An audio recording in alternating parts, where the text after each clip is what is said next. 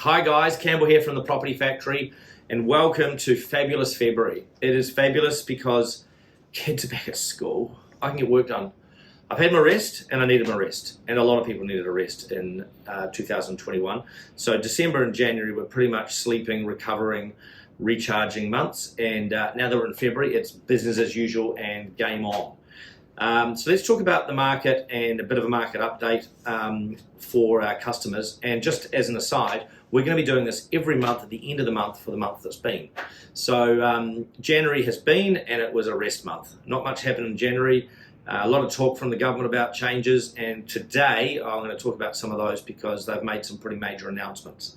But back to the Property Factory and back to the market. One of the biggest things we saw in 2021 that impacted hugely in November, December and January were the changes that the government made to the Credit Contracts Consumer Finance Act, the CCFA. What a mouthful, and how boring is that topic. However, it wasn't boring in the real estate market because it pretty much shut down property sales for November and December and January, not just because people were sitting on their hands at home. It pretty much made mortgage finance almost impossible. More on that later, but it's changed the whole environment of lending, and a lot of people who would have normally got a mortgage didn't get a mortgage. So you had to have a very, very skilled and expert finance business and broker to help you get through that time. And we're still in that time, but we're expecting it to change soon. So CCFA was the major thing that we saw at the end of the year. But what we also saw that didn't get much press is suppliers catching up with demand. 2021 was all about demand. If we put a property up on our website, we had 5 buyers on it within an hour. And that's because there wasn't a lot of stock. There wasn't a lot of land for sale. There wasn't a lot of apartments for sale. There wasn't a lot of townhouses for sale. And we're one of the largest listers of property in the country. And we were struggling. So if we're struggling, then there wasn't a lot of stock around, hence the demand exceeded supply. We're seeing that catching up. I have just been up in Auckland for a couple of days catching up with a number of our vendors, and they've all got more stock than we actually can cope with right now. So demand supply always does this, and we're now going to see an even catch up with property. So you're going to see a lot of great deals coming out over the coming days, weeks and months. Let's talk about the December-January period. A lot of people were sitting on their hands, partly from the CCFA, partly because of nervousness around unknown markets and business confidence. So we saw a lot of buyers sitting on their hands, sitting at home. It can be a bit more depressing being at home than in an office with your colleagues having fun and working in a cultural environment of activity and people. So when that changes, we're seeing business confidence changing with it, because you can work from home. You can work from home for a certain period of time. I mean, some people love working from home, but if I look at the bulk of people I speak to and hear from and meet, they want to be in an office with other people. And these lockdowns have really put a kibosh on that. So I see a real cultural change and business confidence change, and in terms of up, once people get back to normal and back to normal working. So let's come back to the market again.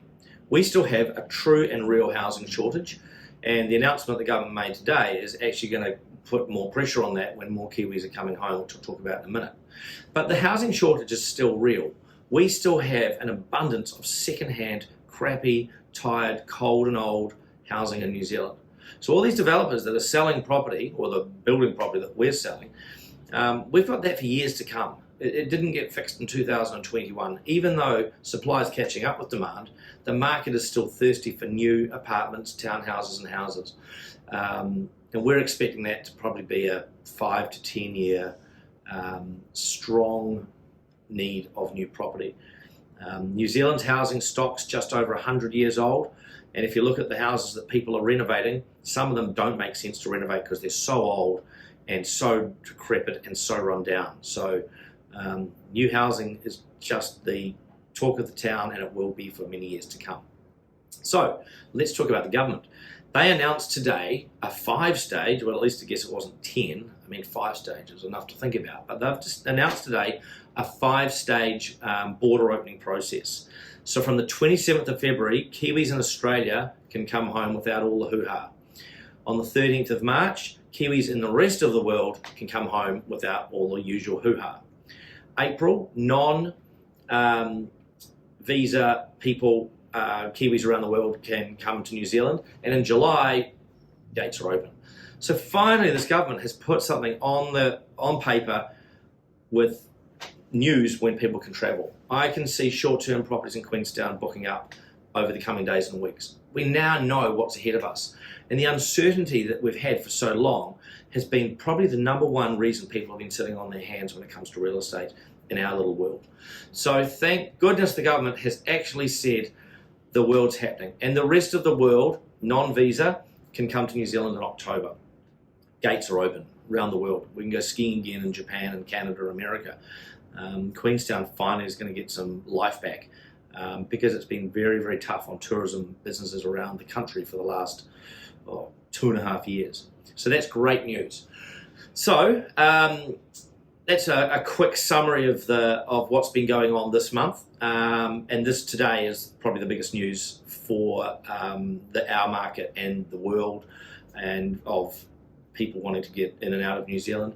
So let's get back to some more boring topics which are critical in buying property. Finance. I said at the beginning that the CCCFA changes had a huge impact on our market, and we've just launched a new business called the Finance Factory, and I would seriously recommend that you talk to one of our team. In the month of January, we had 80% approval for the loans that we were managing. I spoke to 3 other brokers who are friends of mine. One had a 20% approval, one had a 40% approval, and one had a 50% approval. Getting mortgage finance now is not impossible, it's just harder, and you need people to know what they're doing. The team at the Finance Factory have over 40 years experience, so whilst it's a startup business, the people that are in there are seasoned experts in the world of lending. We have 52 lenders that we represent, and the amount of great loans that we've managed to get across the line in a short space of time through those experts has amazed me. So we can probably cope with another 10 deals a week. So get in there, talk to the team. It's really easy because we're very, very digital with the Finance Factory. So Finance Factory doors are open. And lastly, go back to my trip to Auckland. I am, now that supply is catching up with demand, I am now seeing deals, good deals, discounts, guaranteed rents. And whilst the market's still moving, properties are selling. In a world of more supply and demand, it's time to get a great deal. And we have 40 years of negotiating great deals for our clients. So keep an eye on our website, keep an eye on, or keep an eye on your inbox for our salespeople to talk to you. But you're going to see some cracking deals over the coming months. And 2022 is going to be the month to get back in and looking at your investment portfolio and looking to buy. Have a great February. Have a drink to celebrate the kids going back to school, and have a bigger drink to celebrate this government finally telling people when they can move around the world again. Have a great day.